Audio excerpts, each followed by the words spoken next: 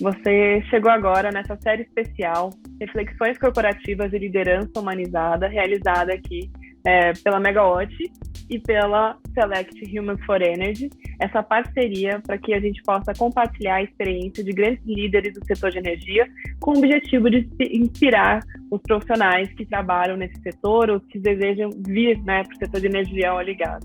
E aí, Lu, como que você está depois desse episódio que a gente gravou com o Rafael Rebelo? Tô respirando fundo aqui, Lari, porque realmente ele é um cara inspirador, como gestor de pessoas, como líder mesmo, né, de uma grande organização, e passou insights aqui sensacionais que tenho pensado muito, inclusive para mim como líder e também no nosso dia a dia conversando com líderes do setor que é o nosso trabalho. Sim, a gente passou por vários tópicos, né? Desde a carreira dele, da transição que ele acabou de fazer de óleo e gás para energia, por aprendizados de como tecer comunicação com a sua liderança. Ele falou aliás, vou deixar um spoiler aqui, mas ele fala muito sobre conversas claras, sobre ser muito direto com a equipe. Achei muito importante e tiveram sequências aí, uma hora foi rápido, né, Lu? Ele é uma pessoa intensa, apaixonada por tudo que faz, por tudo que toca, e isso facilmente reflete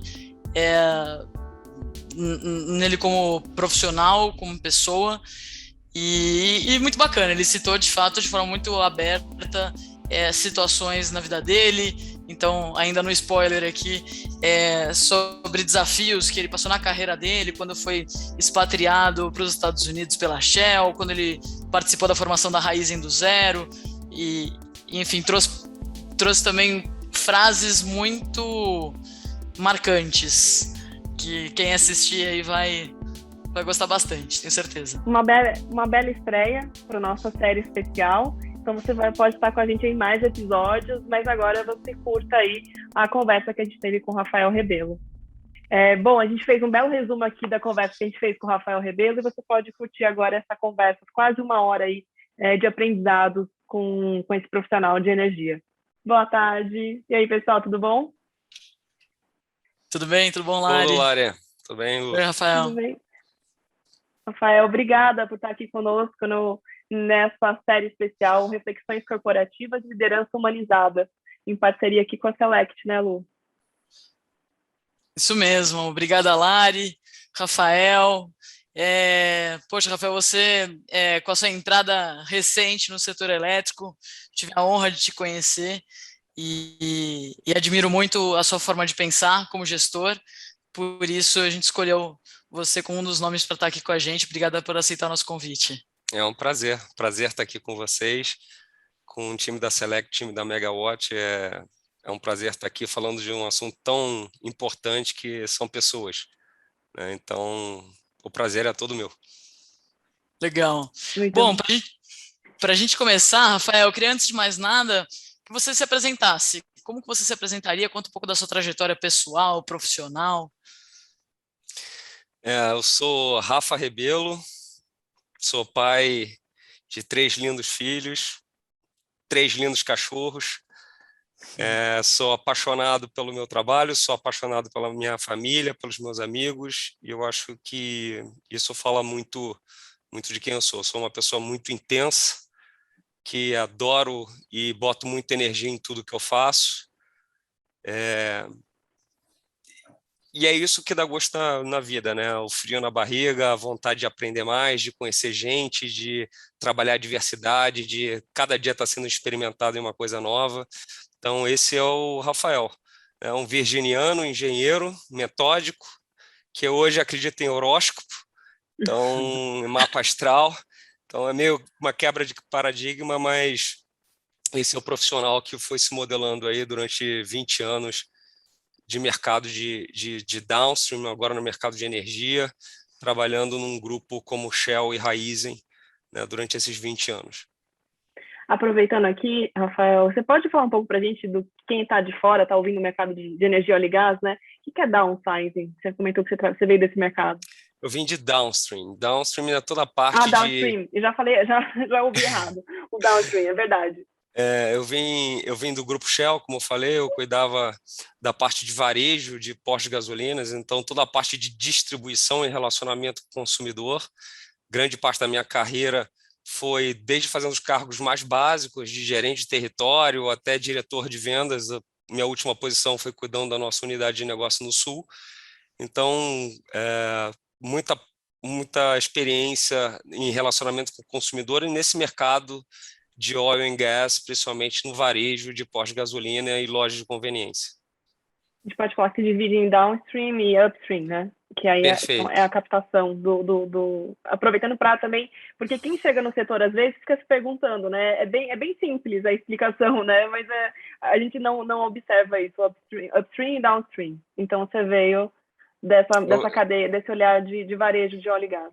Eu vim da cadeia que vai ao cliente final e se comunica no B2B, no B2B2C. Então, essa é um pouco da bagagem que eu trago para esse mercado de energia que está em plena transformação. E o que te atraiu nessa transição energética, né? Ou seja, de oil and gas para energia elétrica? Então, basicamente, eu fui um profissional de vendas e um profissional de planejamento estratégico. Eu sempre fui uma pessoa muito curiosa. Então, quando eu comecei a olhar esse mercado de energia e sabendo que a Raízen é um player super relevante no mercado de transição energética, de biocombustíveis avançados, e agora criando essa vice-presidência focada em energia, eu enxerguei como uma oportunidade única profissional da minha carreira de fazer essa transição, a transição em busca do friozinho na barriga, mas mais do que o frio na barriga, de fazer parte de um mercado que está mudando, né? Um mercado que está mudando muito, está se digitalizando, está empoderando o consumidor, está permitindo com que novas formas de fazer negócio surjam, né? Não aquelas tradicionais do mercado de energia. Falo que o mercado de energia está passando por uma transição que o mercado financeiro passou nos últimos anos. Isso chama muita atenção de você fazer parte desse momento de mercado e talvez na empresa certa, no timing certo e com o propósito certo, né? De ajudar não só o Brasil, mas o mundo passar por uma transição energética mais renovável, mais eficiente, mais sustentável. Legal. Rafa, eu percebi, olhando um pouco da tua trajetória, que você já muito cedo na sua carreira você começou a assumir posições já de liderança. Que tipo de característica você acredita que você tem que deve ter acelerado esse processo para ser escolhido tão cedo para gerir pessoas? Eu acho que a primeira coisa é a preocupação genuína com as pessoas, né? Eu acho que quando você tem um interesse genuíno nas pessoas e você olha do ponto de vista de formação de equipe, de relacionamento, em uma estratégia focada em pessoas, né? Onde você tenta extrair o máximo de cada um e montar uma equipe totalmente diversa, né? Essa cabeça que liga a estratégia a gente faz toda a diferença para as grandes corporações. Eu realmente acredito que as pessoas são o maior ativo das empresas e que se a gente tiver um olhar diferenciado nas relações, na inspiração das pessoas e trazendo um grupo extremamente diverso, você consegue extrair o máximo de uma equipe, né? Também sempre fui uma pessoa muito focada em resultados, então acho que isso ajudou a companhia a apostar em mim lá atrás, mas com aquela visão do foco em resultados, sempre olhando também o longo prazo e como a gente consegue, obviamente, criar relações sustentáveis, montar equipes sustentáveis e montar linhas de negócio sustentáveis, uma relação equilibrada entre empresa, entre seus consumidores e todos os stakeholders que a gente se relaciona. Eu acho que essa foi a aposta da empresa desde os momentos mais pregressos da minha carreira. E você não precisa ser um líder, você não precisa ter equipe, né? Você precisa inspirar as pessoas e pares e outras equipes. Eu acho que quando você consegue trabalhar de forma diferenciada e com esse olhar genuíno, eu acho que a liderança ela vem de uma forma natural e legítima. Eu acho que Mas eu vou tirar isso uma pautou minha dúvida carteira. aqui. Até dei uma cortada, mas no sentido, a gente fala às vezes da liderança, você começa cedo, você começa às vezes com uma pessoa, duas pessoas liderando, e aí você vai aumentando esse grupo, né? Qual momento você acha que vai ficando mais crítico ou aprende de novo? Ou você acha que é algo, esse aprendizado da liderança, ele é uma coisa que tanto faz você liderar X pessoas ou uma pessoa? Você tem algum aprendizado sobre isso, sobre quantidade de liderados? Eu acho que todo desafio novo no aspecto de pessoas é um desafio novo e um aprendizado novo. Eu acho que a gente nunca vai se cansar de aprender. Quando você lidera um grupo de pessoas que desempenham uma mesma atividade, né, e uma mesma rotinas, obviamente tem os desafios particulares na gestão desse time, na busca de resultados. Mas quanto mais você aumenta a diversidade de atividades e de entrega com o seu time, mais complexo fica a sua gestão e o equilíbrio do seu tempo para você gastar esse tempo tentando direcionar ou ajudar as pessoas nos seus desafios. Eu costumo falar que um verdadeiro líder é um facilitador que ajuda as pessoas a extrair o máximo do seu desempenho, dando a direção em torno de um propósito. Eu acho que é isso que eu acredito, e a dificuldade, obviamente, cada posição, cada cargo, ele vai apresentar uma dificuldade diferente e não é mais ou menos relevante, mas quanto mais você aumenta o seu escopo e mais você aumenta a diversidade das pessoas, mais você tem que se dedicar a entender que o sapato não calça o mesmo pé e que você precisa entender como extrair o máximo desse time. Mas Rafa, de forma prática, nas posições que você assumiu, cita duas bem diferentes que você tinha esse desafio. Tá. Lu, mas eu só vou deixar gravado aqui o sapato. Essa eu gostei, como que é? Eu vou até deixar depois uma aspa desse. Eu falo que tem dois gírias que eu uso. Eu falo que não é todo sapato que o mesmo pé calça, né? O pé não calça sempre o mesmo sapato. E eu falo que não é toda a doença que precisa do mesmo remédio, né? Então, você trabalha de forma diferentes para atingir diferentes objetivos com pessoas diferentes, né? É um pouco do que eu acredito. Conta pra gente. Exemplo, né? Conta pra gente, Rafa, 2 exemplos práticos aí de posições que você assumiu que eram desafios bem diferentes. Eu tive a oportunidade de ser expatriado pela Shell, fui para os Estados Unidos, passei 2 anos lá, e quando eu fui convidado pelo então diretor de vendas de varejo, Beto Abreu, que hoje é presidente de uma empresa do grupo, da Rumo, né, ele me chamou de volta para o Brasil e me chamou para liderar a gerência de vendas de varejo do Rio do Espírito Santo.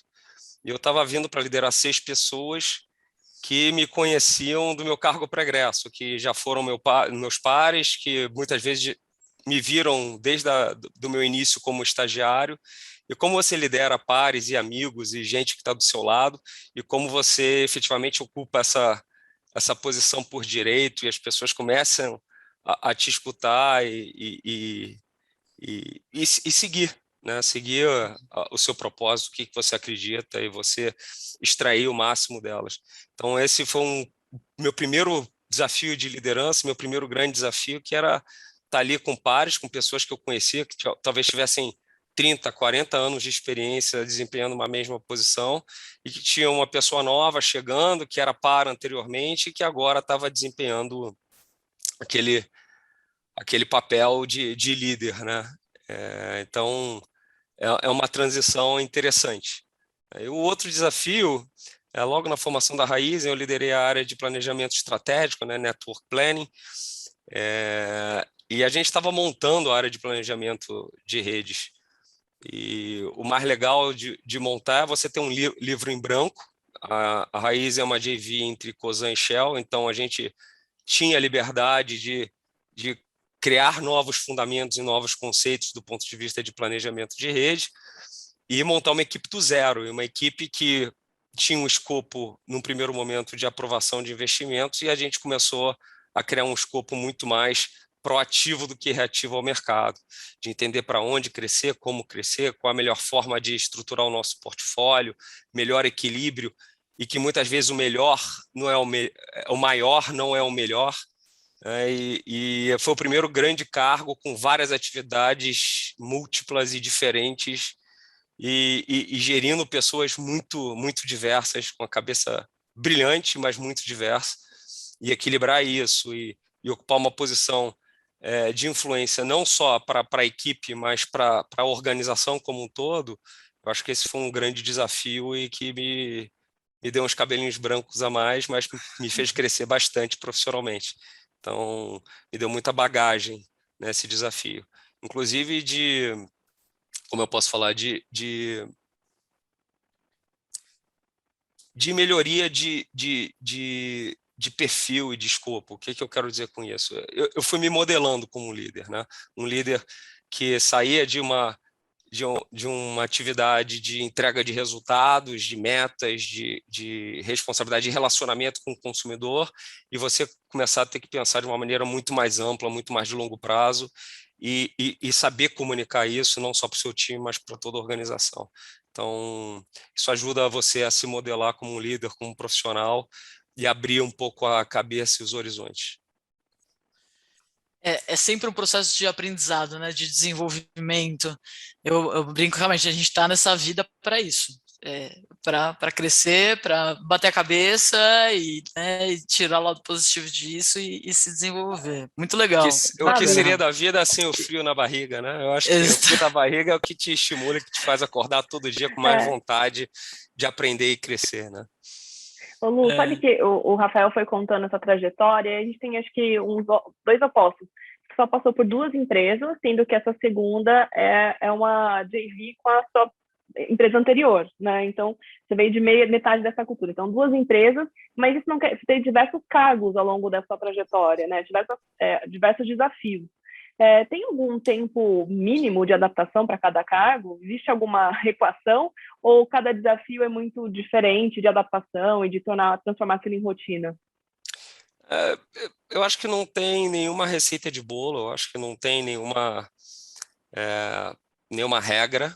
Eu acho que você precisa ter um tempo suficiente para que você entenda o cargo, você comece a influenciar esse cargo e você comece a criar coisas diferentes. Então, eu não acredito em passagens muito curtas, mas também não acredito em passagens muito longas. Eu acho que a experimentação do profissional em diversos assuntos, né, mas que as passagens dê o tempo de consolidar as ideias e de você imprimir o seu ritmo e as suas ideias naquele cargo são fundamentais para que você deixe seu legado, você deixe a sua história e você marque de alguma forma aquela posição que você passa, não só a posição, mas as pessoas, né, e de como você consegue influenciá-las, né, e ajudá-las a capturar um pouquinho dessa sua visão. E se você consegue fazer isso, eu acho que você está no caminho certo, né? Você está no caminho certo de inspirar, né? Não inspirar de uma forma coercitiva, mas muito mais de uma forma motivadora e de alinhamento de visão estratégica para onde você e a companhia acreditam que você está arrumando. Então, como eu falei, eu acho que não existe tempo mínimo nem tempo máximo. Existe o tempo que você consegue capturar as oportunidades, e não só capturar as oportunidades, mas colocar suas ideias em práticas e ajudar a transformar o negócio. Eu, Rafa, ainda olhando para a tua carreira, estou curiosa aqui, qual que é o melhor e pior conselho que você já recebeu na tua carreira? Melhor conselho que eu já recebi é de escutar ativamente, né? Eu acho que quanto mais eu escuto, quanto mais eu tento digerir as informações, e quanto menos eu sou ansioso, quanto mais eu consigo fazer a digestão dessas informações para ir me posicionar da maneira correta, mais eu vejo que eu tiro proveito disso. Então, um líder me ensinou há pouco tempo que você tem que sempre se perguntar se você precisa dizer aquilo, se você precisa dizer aquilo agora e se aquilo precisa ser dito por você naquele momento, né? Então, você escutar ativamente, você genuinamente se colocar no lugar das outras pessoas e tentar ler as pessoas, entender o porquê que elas estão se colocando, quais são os motivadores, o que faz as pessoas se colocarem ou agirem daquela forma, independente da forma se é certa ou o propósito é o certo ou errado, essa escuta ativa te transforma e ela faz você refletir de uma maneira mais organizada e buscar melhores objetivos. E o conselho negativo que eu recebi foi de ser mais incisivo e ser mais top-down. Eu acho que quando você tenta exercer uma liderança coercitiva, uma liderança que não agrega valor em desenvolvimento dos profissionais e você não abre a oportunidade que aí a diversidade trabalhe, né? E como a diversidade trabalha, ela trabalha por pensamentos diferentes, né? E pensamentos diferentes sempre você consegue extrair alguma coisa positiva. A diversidade não está no gênero, não está na raça, não está no credo, mas está realmente na forma de pensar diferente. Eu acredito muito nesse conjunto de pensamentos diferentes e como isso pode potencializar a capacidade das empresas e dos profissionais entregarem seus resultados. Boa. Ô Rafa, e agora pensando você como gestor, né, e quando você pensa em compor o seu time, tem alguma estratégia específica que você percebe que às vezes sem querer você acaba repetindo? Tem, Lu. Eu acho que a primeira de todas, a primeira coisa para me ganhar numa entrevista e para me convencer, eu preciso enxergar o sangue nos olhos e a faca no dente do outro lado. A primeira coisa é o quanto a pessoa quer, a fome da pessoa por aquela posição, por aquele desafio, ou por entender o desafio. Né? Quando a pessoa quer, né, eu acho que grande parte do caminho ele já foi transpassado. Aí a gente entender a capacidade da pessoa em ocupar aquela posição, os skills que ela tem, se ela tem ou se ela não tem, ou se ela pode adquiri-los, ou se ela pode, obviamente, se desenvolver para desempenhar essa posição. Mas uma das coisas que mais me motiva é buscar a capacidade das pessoas de aprenderem rápidos e de trazerem as bagagens de vida e as bagagens de vidas diferentes para agregar valor àquela posição que existe um desafio à espera. Então, acho que essa é a primeira coisa que eu procuro, né, numa entrevista e, obviamente, montar um time com pessoas diferentes de mim.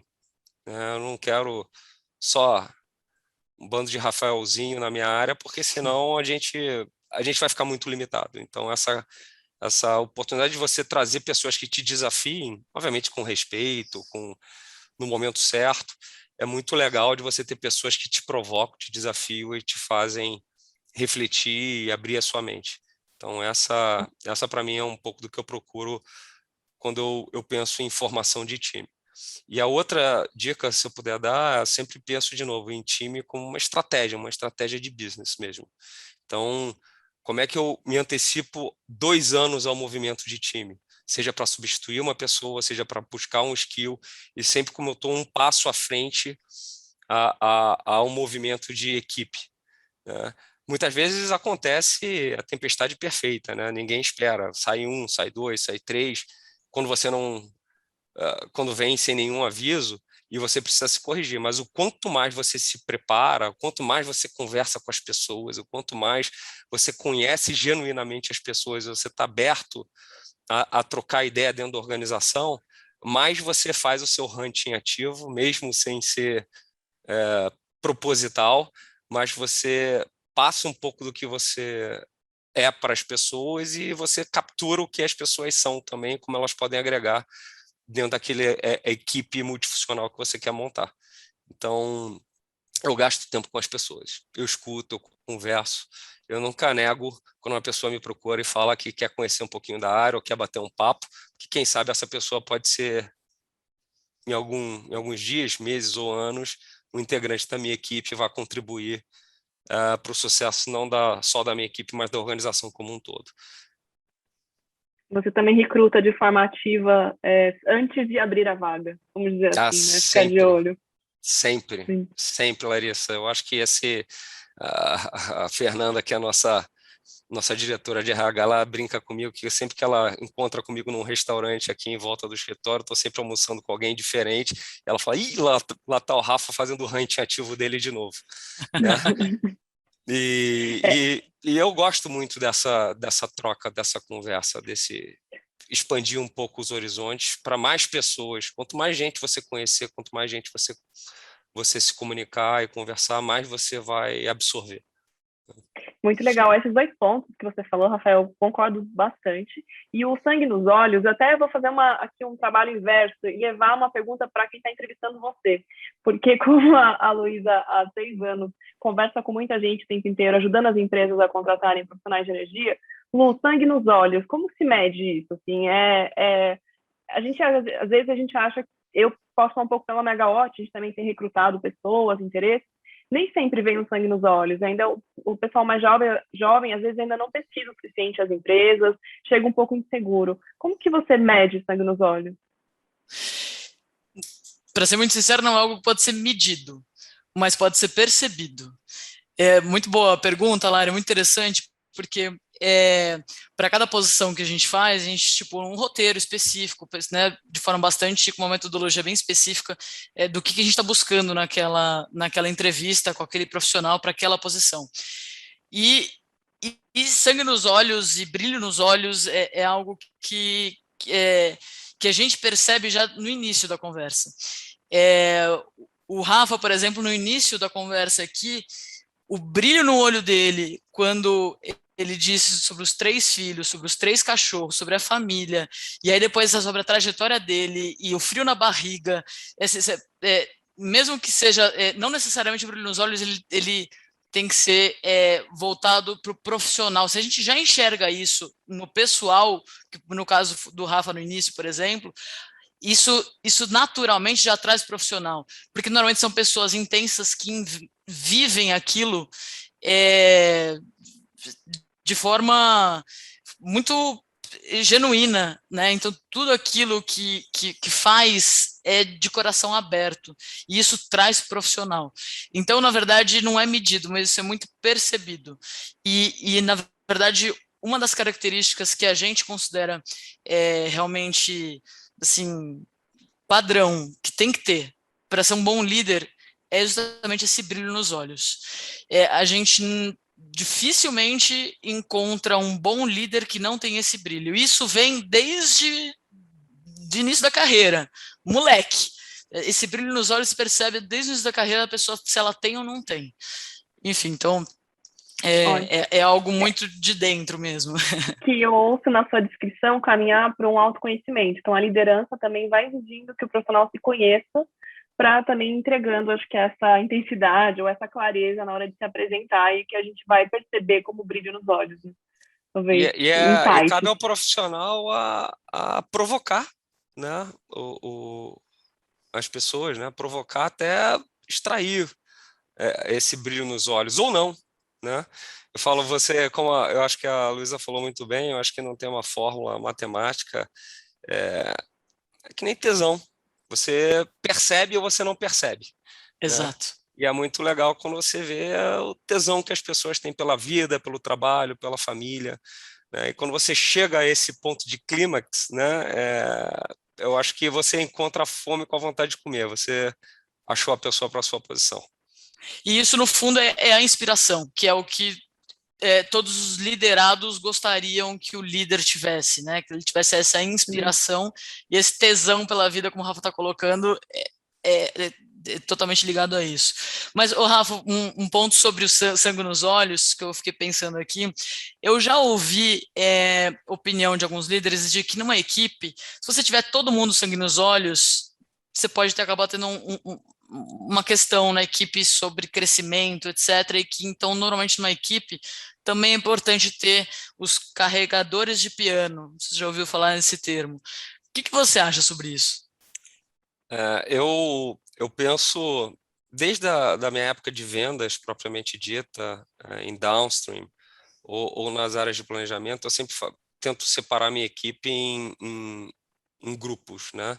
Eu acho que uma equipe tem que ter aquelas pessoas que trazem a bagagem técnica, que os carregadores de piano, né, que fazem muito bem aquela atividade, são especialistas e são motivadas por aquilo, e você precisa ter esse papo franco, porque nem todo mundo vai virar presidente de uma empresa, então o papo franco e aberto, e direto e pragmático ajuda as pessoas a realizarem realmente e fazer a gestão de expectativa de desenvolvimento de carreira, e não tem nada errado uma pessoa que faz aquela mesma atividade há 40 anos, mas faz com sangue nos olhos aquela atividade aos 40 anos, né? Eu conheci vários profissionais de vendas assim, super felizes, construíram uma trajetória super legal e gostam do que fazem, né? Porque você precisa gostar do que faz. Então, eu separo em 3 grandes blocos. Eu acho que você precisa ter os carregadores de piano, você precisa ter o time especialista, eficiente, que faz aquela entrega. Você precisa ter as estrelas, né? Aquelas pessoas que têm a capacidade de aprendizado rápido, são pessoas de alto potencial, e são pessoas que provavelmente vão passar rapidamente pela sua equipe, e quem sabe um dia vão ser seus chefes, né? Isso é muito legal quando você vê isso acontecer. E tem outra terceira parte, na minha visão, que são aquelas apostas, né? Que você ainda não tem muito claro se ele vai ser um especialista, se ele vai ser uma pessoa de alto potencial, mas você vê essa pessoa desabrochar e aflorar. É muito legal quando isso acontece e quando se aposta numa pessoa e você vê que ela realmente consegue se desenvolver e crescer profissionalmente para qualquer um dos lados que seja. Então, esse equilíbrio, né, de um time faz o time ser diverso, né? E quando você ainda cria um ambiente dentro desse time de colaboração, né, onde as pessoas de potencial ajudam as pessoas de entrega, e as pessoas de entrega ajudam as pessoas de potencial, aí você criou o ecossistema perfeito dentro de uma empresa. Eu vi um termo que achei muito legal outro dia num podcast falando de competição colaborativa, né, que é muito difícil as empresas atingirem esse patamar, delas terem a fome, né, a vontade de buscar desafios e sempre entregar acima da média, mas ao mesmo tempo se ajudarem, entenderem que não sou eu ou ele, né? Na verdade, por que sou eu ou ele? Pode ser eu e ele, né? E como é que a gente cria esse ambiente de competição e de fome, mas ao mesmo tempo de colaboração entre as pessoas que entendem num propósito maior, que eu faço uma analogia no futebol, que num Barcelona do passado totalmente todo mundo queria jogar, né? Até o jogador mediano virava craque naquele time. Então todo mundo quer participar do time que ganha, todo mundo quer jogar numa equipe de alto desempenho, e que nessas equipes de alto desempenho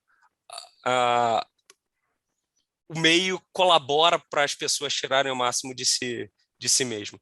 Então eu acredito muito nisso, nesse ecossistema perfeito de equilíbrio e de colaboração. Você falou sobre clareza, né? Sobre feedbacks claros, sobre os perfis da equipe e eles trabalharem para ter essa colaboração positiva. Quando a gente vai dar feedback, como que você foi trabalhando esse feedback para trabalhar comunicações claras? Porque falar sobre melhorias das pessoas nem sempre é agradável, 100% do tempo. Não sei, uma amiga minha uma vez me falou, feedbacks negativos nunca são 100% agradáveis. E eu comecei a refletir sobre isso. Por mais que você seja claro, nem sempre, você sempre prefere falar sobre coisas legais. E eu acredito muito que o líder não tem que ser bonzinho, ele tem que ser correto, justo. E isso passa por saber fazer qualquer tipo de feedback. Você tem alguma dica sobre isso, algum aprendizado? Acho que a primeira coisa é você se colocar no lugar da pessoa que está do outro lado. De novo, você entender a pessoa que está do outro lado, o ser humano que está do outro lado, você ter a capacidade de escutar, né? Tem várias matérias que você pode ler e você fala das estratégias de feedback, você começa fazendo o elogio antes Feedback sanduíche, de falar, né? de falar o negativo, e você começa a construir a forma de dar o feedback. Eu acredito muito em conversas retas e claras, né?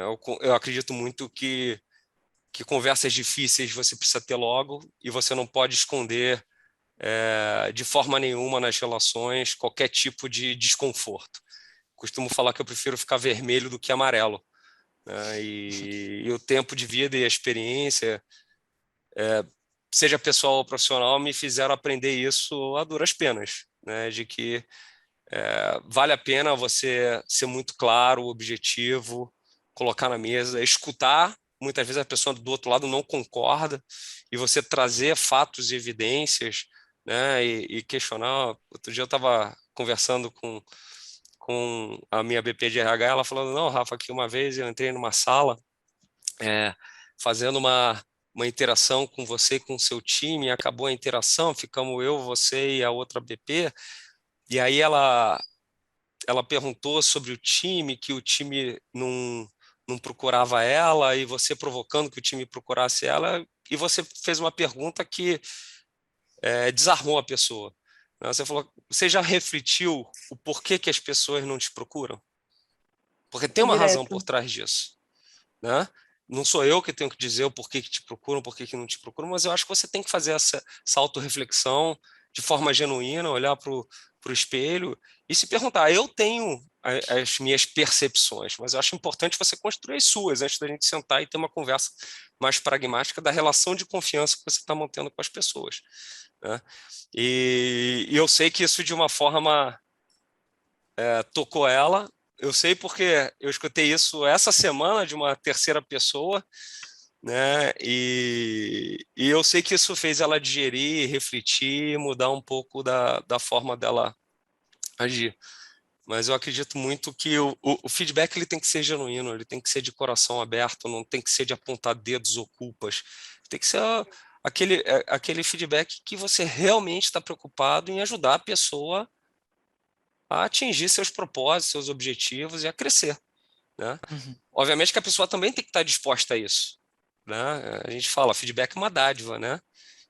E pode estar certo, pode estar errado, é aquela percepção que foi gerada daquela pessoa sobre você concordando ou não.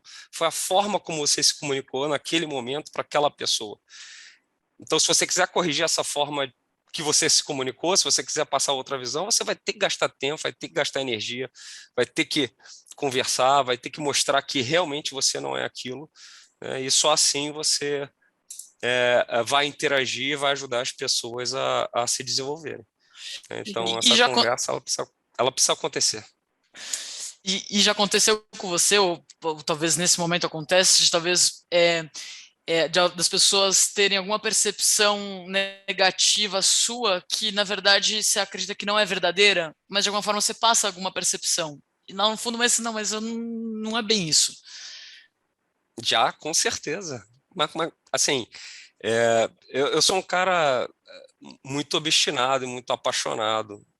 E algumas vezes, seja pela minha intensidade verbal, seja pelas minhas colocações, ou pela minha ansiedade, você acaba transmitindo alguma visão de arrogância, alguma visão de coercitividade, alguma visão de agressividade, que não é aquilo que você quer passar, né? E quando você recebe esse feedback, você fica se olhando no espelho e fala, não, mas eu não sou arrogante, eu não sou coercitivo, esse não sou eu. Como é que essa pessoa entendeu?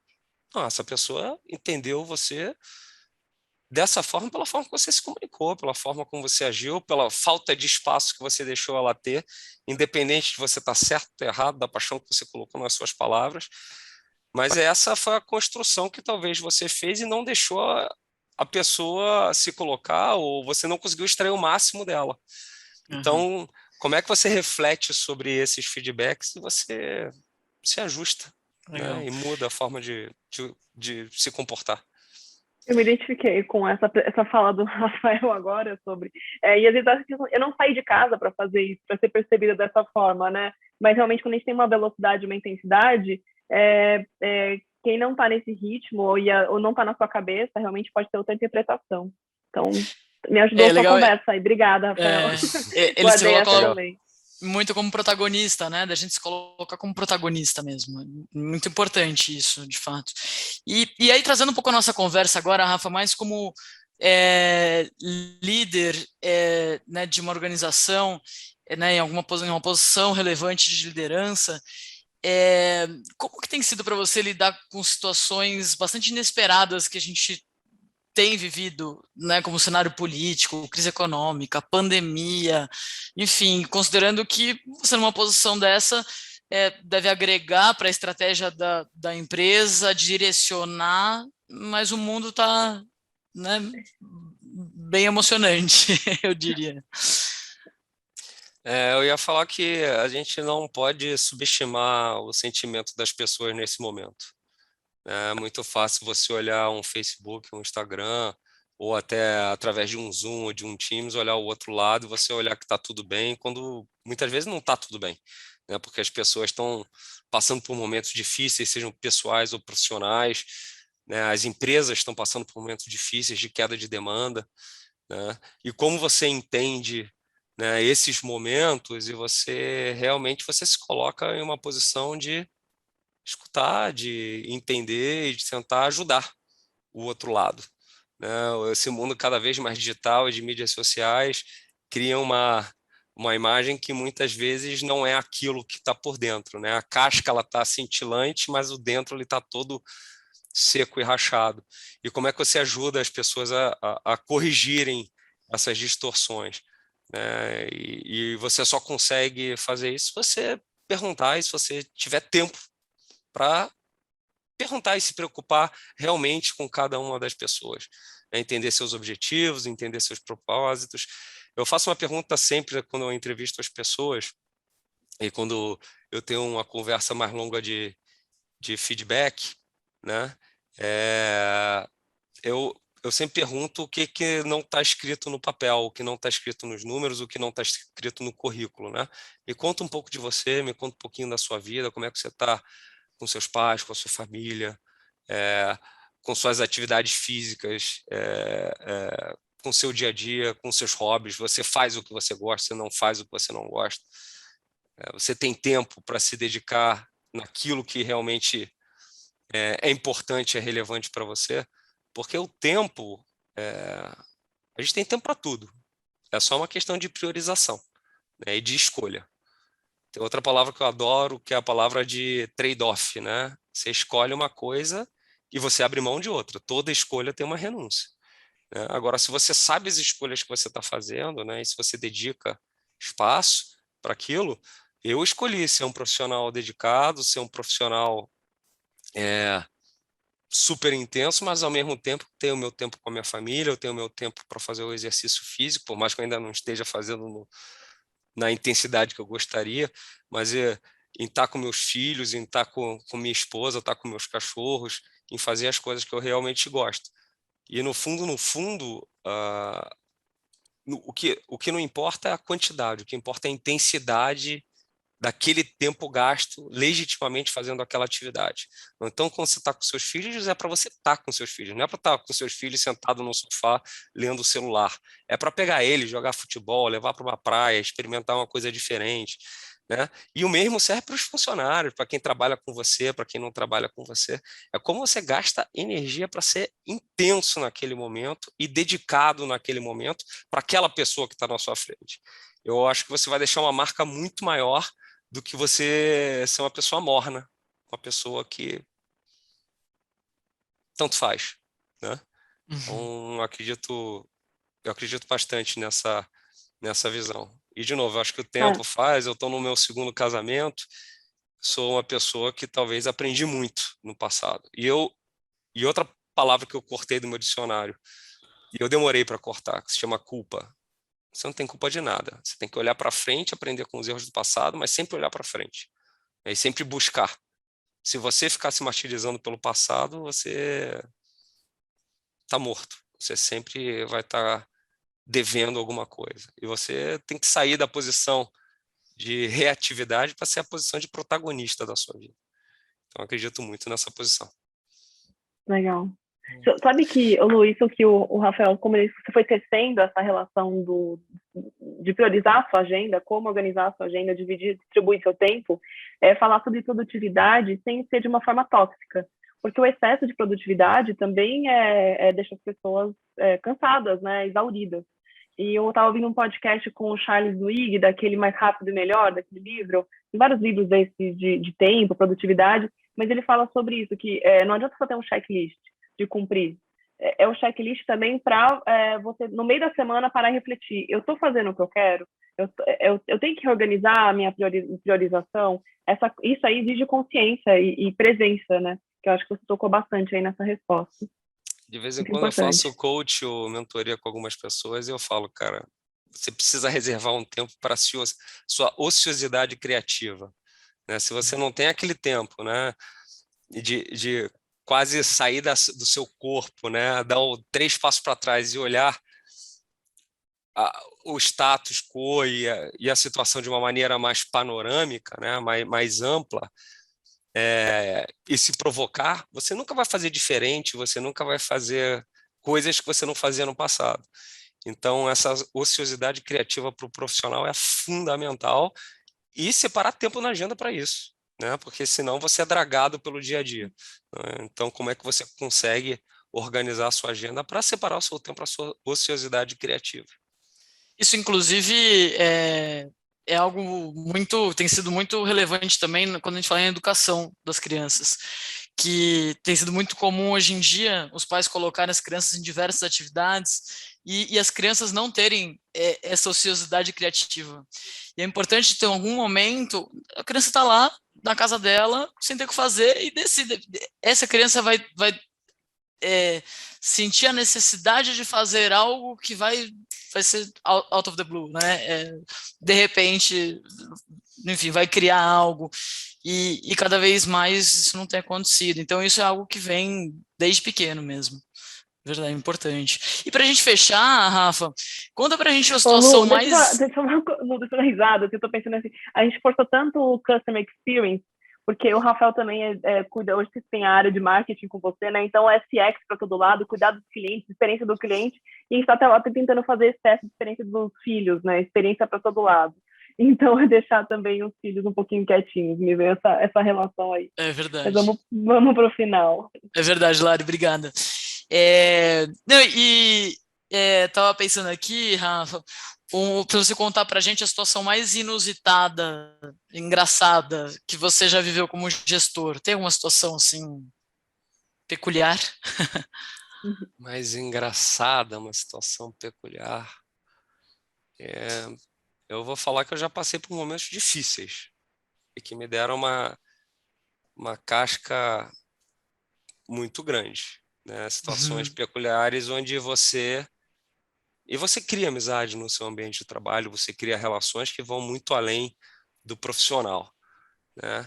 Onde você tem uma pessoa que trabalha com você, que está com você, e que você considera que essa pessoa é sua amiga, mas por alguma razão as circunstâncias ou o comportamento inadequado fizeram que você tivesse que tomar uma decisão mais drástica contra aquela pessoa, podendo até chegar a um desligamento.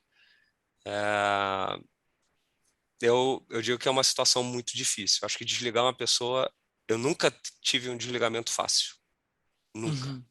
Porque sempre você olhando para a pessoa que está do outro lado, por mais que a pessoa espere e tal, são situações extremamente difíceis, porque a gente está falando de seres humanos, né? E talvez não com seres humanos no momento de autoconsciência plena, né?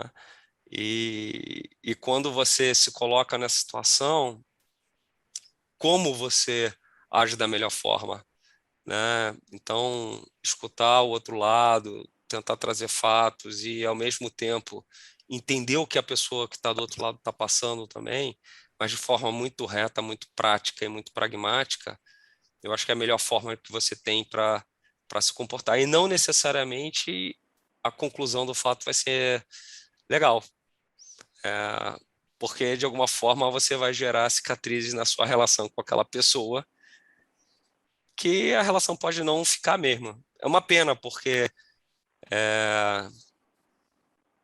eu acho que o tempo vai fazer com que as pessoas consigam digerir e entender que talvez naquele momento, se elas tiverem a autoconsciência e a honestidade, se olhar no espelho e falar, cara, realmente, né?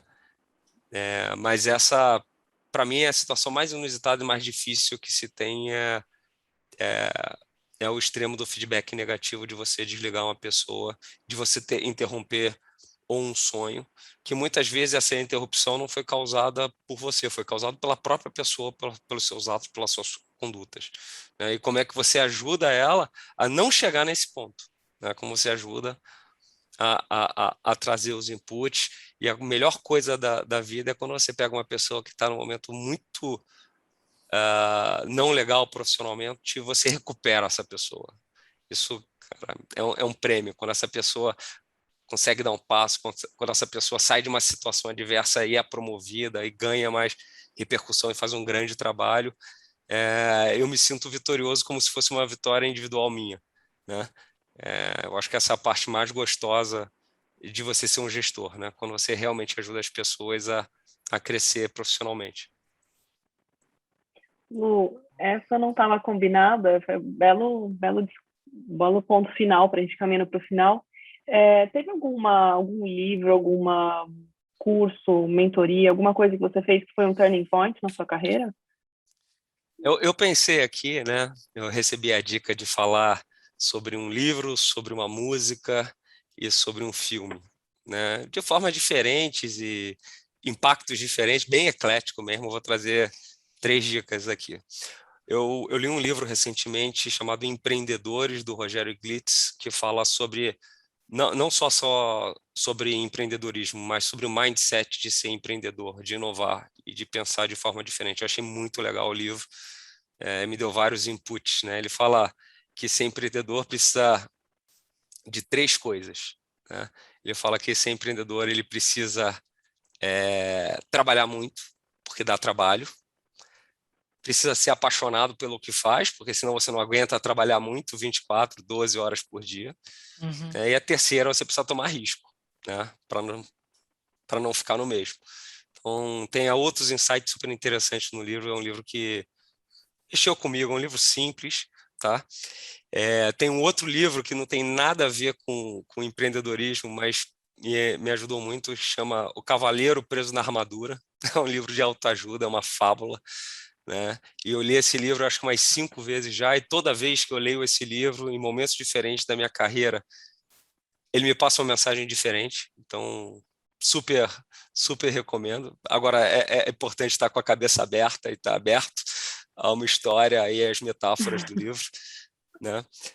Um filme, eu gostei muito do filme Moneyball, né? Um filme tarimbado aí, e ele fala como você olhar para um business de uma forma totalmente diferente do que você olhava no passado, e era comum as pessoas olharem, quando você se questiona sobre o status quo e muda a forma de pensar e Mas revoluciona é um um documentário mindset. ou não? Moneyball é um filme, não, ele conta Não? uma história verídica de um time de beisebol onde o Hum, recrutamento começou a ser feito com base em estatística, né? E aí você trouxe um eu gênio vou da estatística, compartilhando aqui pra gente, ó.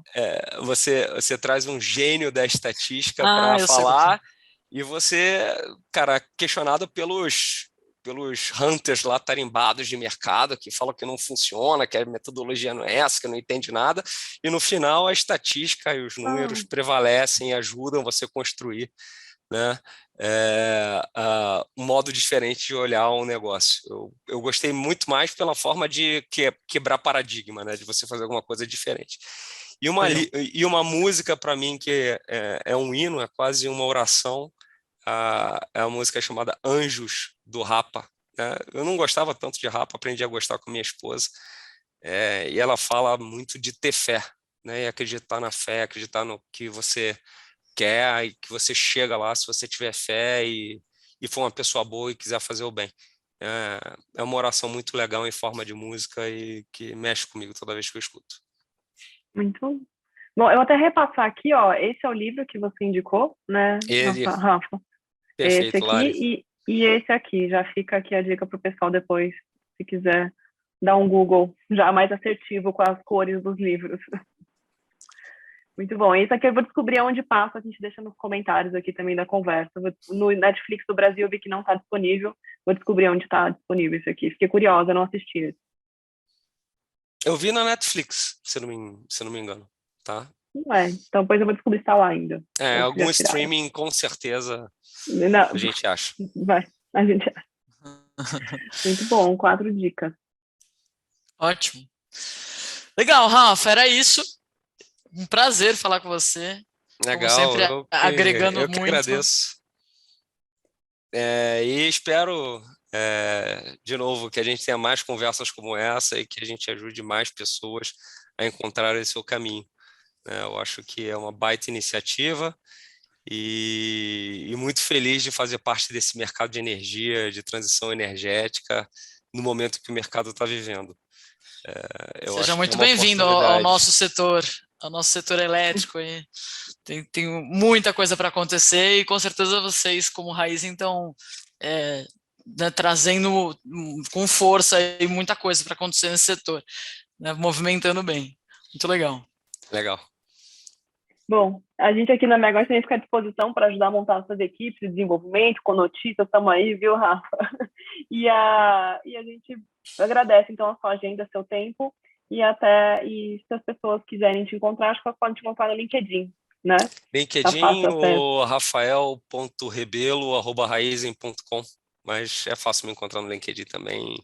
Sempre aberto, sempre respondo as trocas. Eu adoro gente, adoro pessoas. Ótimo, então a gente já sabe como te encontrar, poder continuar essa conversa e aprender mais. E obrigada, adorei. Para a nossa primeira experiência tá muito bom, né, Lu? Ótimo, Rendeu. muito bom. Espero que você tenha gostado também do papo. Até Legal, a adorei, próxima. gente. Obrigada. Até Fiquem mais. com Boa Deus. tarde. Tchau. Beijão. Até Tchau. mais. Tchau, tchau.